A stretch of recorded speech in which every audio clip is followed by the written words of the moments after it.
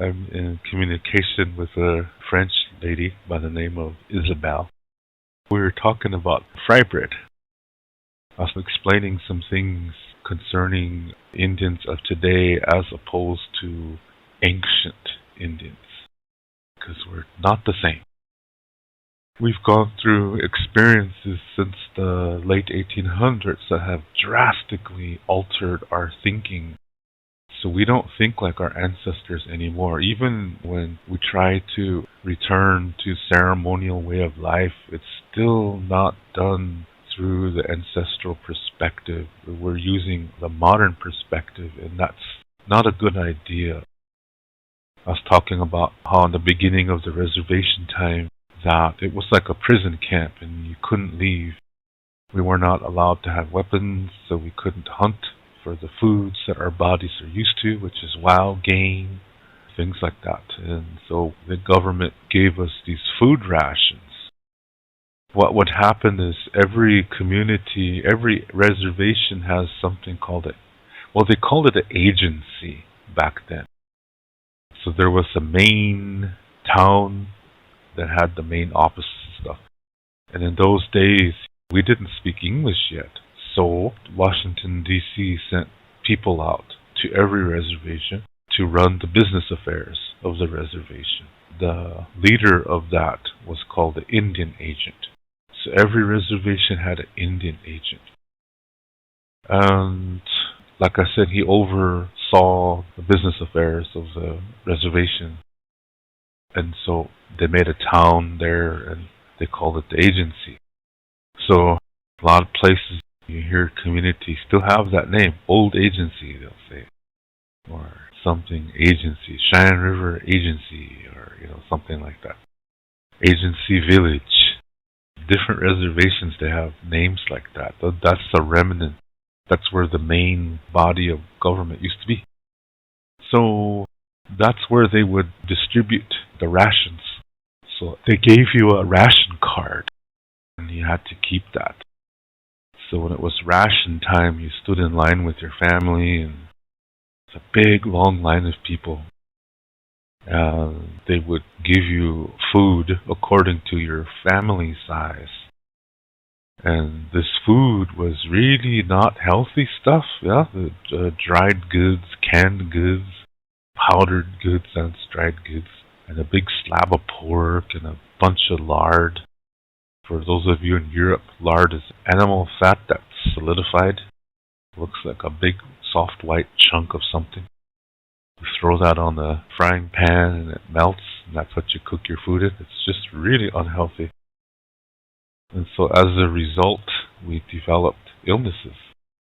High blood pressure, diabetes, and heart diseases. Indians started to die from these diseases. Like I said, they weren't allowed to hunt or anything, so they had to eat whatever they were given. And so some of the women started to get creative. And some tribes are agricultural to begin with. So they made bread from corn. They have their own recipes, and that's how they made bread. So some Indian tribes, they have these ovens, big stone ovens, and they made their bread like that. And so they had experience with that. So when they got the flour and stuff from the food rations, they started experimenting. And they came up with basically the same thing all over North America. They basically came up with the same idea, and that idea was Frybread. So in the 1920s or so, we were finally allowed to leave the reservations. So when we're traveling around visiting relatives and stuff, ladies are comparing recipes and they say, "Hey, that's pretty good. Maybe you should put sugar in it." And everybody has their secret family recipe to this day. We were talking about that. And Isabel said something that never came to my mind. She said, so the Frybread is like a representation of survival. That we took what we had and made something delicious out of it. And it didn't matter if it was bad for you, health-wise, because everything that we were given was bad for us. So no matter what you made from those food rations, it didn't matter what you made from it. It was all unhealthy. So it's a symbol of survival. I never thought of that. There should be like a Native American flag, and the symbol will be Frybread.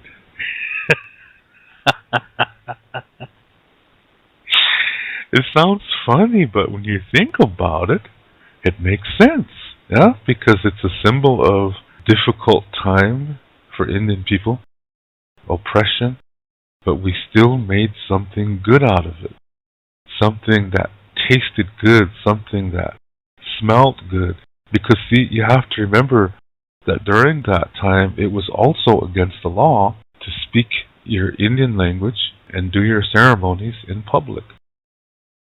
So seriously, yeah, we were hit physically with the bad foods, and we were hit emotionally by not being able to speak our language in public, and we were hit spiritually by not being allowed to do our ceremonies. That's 3 of the 4 parts of the self. The self is consisted of the physical body, the mind, the soul, and the emotional self. And see, we were hit in 3 of those areas. The emotional self took a hit, the soul took a hit, and the physical body took a hit during that time, severely. So as a result, our minds became weak. We really, really were in a bad shape during that time. And so Frybread was a chance to eat something that made you feel good. You were not allowed to speak your language in public. You were not allowed to perform your ceremonies. And all the food you had was unhealthy, but you found a way to make something good that even when it was cooking, it smelled good. When people smell it, they all come, yeah. Like anticipating, yeah, the Frybread. And then when they eat it, it really tastes good. So imagine, if you will, that your language is illegal. Your spirituality is considered evil and from the devil. So at least we can design something that'll taste good. That'll take us away from this misery for a little while. That for a little while we can forget that we're oppressed, that we can't speak our language, we can't do our ceremonies. It's basically illegal to be an Indian. So let's eat something that tastes good, that'll make us feel good. So Frybread is our sacrament.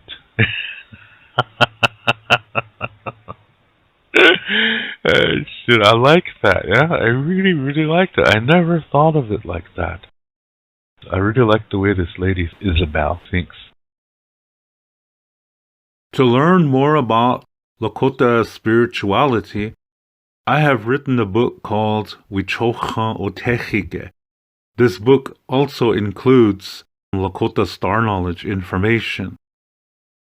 All the videos that I make, which are about Lakota spirituality, Lakota Star Knowledge, and cultural information, are based on this book. This book costs 99 American dollars, and this price includes the shipping cost as well as a tracking number. And to learn more about Lakota language, I have written a Lakota language book called Chante Etan Owoglake, Speaking from the Heart. And all my Lakota language videos are based on this book.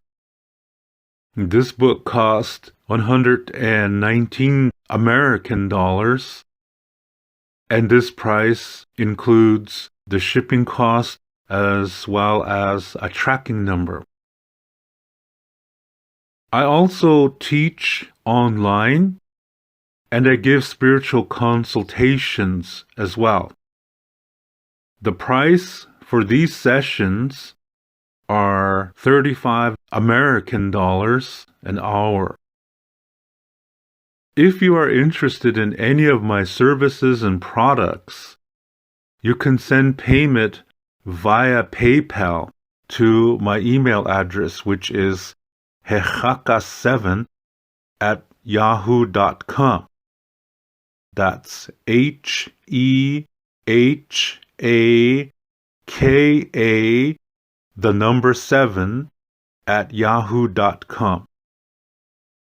And also include your shipping address and your email address when you send your payment. Oh, Lila Pilamayelo, thank you very much.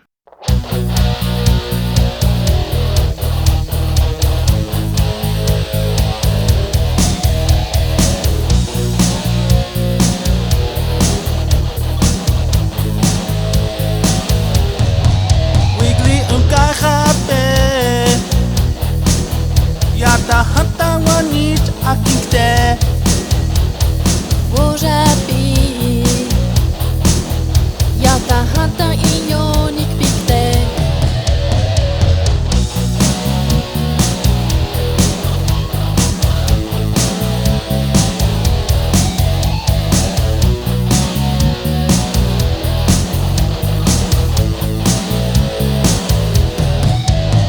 When you eat Frybread, it really makes you strong. When you eat chocolate pudding, it really makes you feel good. Achuya pile pchupchala na choyachi. Boja pile lila skuyela, lena wo you teki lila o you washte. Wo you tele na yata hata, tu ekesh washte ya la kinkte, washte ya la kinkte.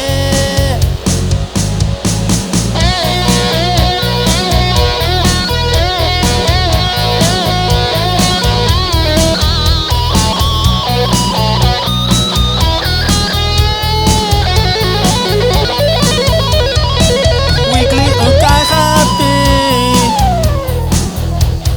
machas aleja. Boja pi, he machas and leja. This bread is soft and really nice and brown. This cherry pudding is so sweet. When you eat them together, it's better than chocolate. When you eat this food, you can fall in love with anyone you want to. With anyone you want to.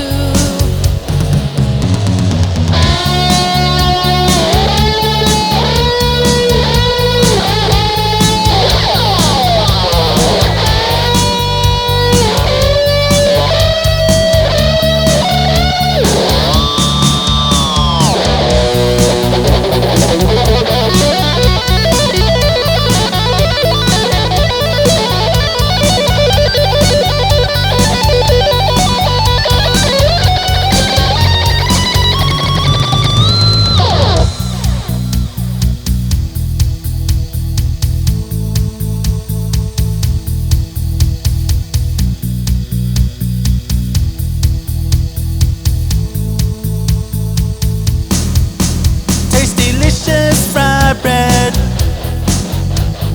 This is what I'm like. Choke cherry pudding. This is what I'm like. Achuya pile pchapchala na choyachi. Boja pile